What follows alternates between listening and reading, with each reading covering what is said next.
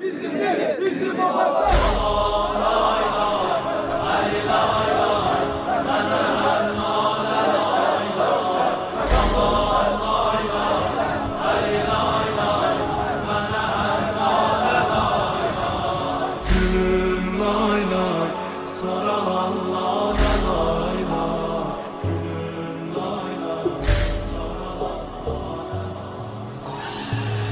Ay benim nazlı balım, gözleri icazlı balım.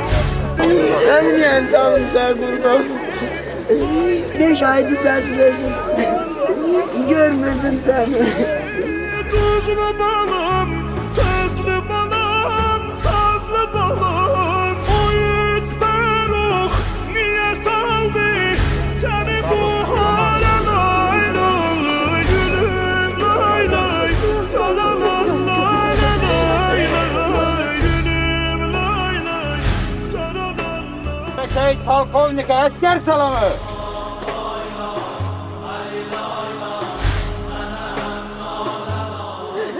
Gideyim. Dur. Yok hep Polat'tayım. Dur gideyim sabana geleceğim. Dur balam. Her gün geleceğim. Sabah Korkma yanımda.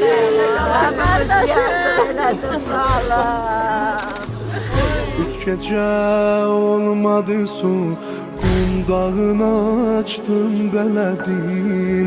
Məşə səqqaya baxıb sən mələdin. Ağrım ki sözünü eşitmedim valla.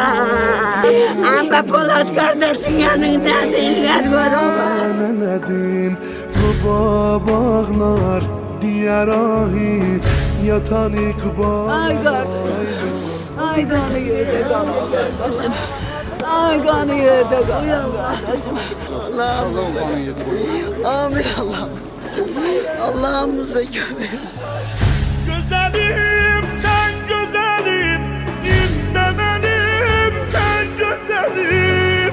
Hey dedim atma beni. Polat vətən üçün, torpaq üçün, əskər üçün canından belə keçməyə heç vaxt çəkinmədi. Həmişə də ən ağır yerlərdə xidmət elədi.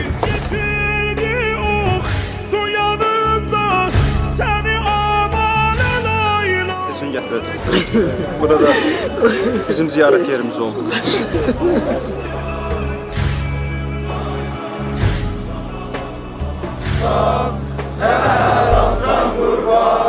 Senin bir məhəbbət, siləndə tutmuş məkan.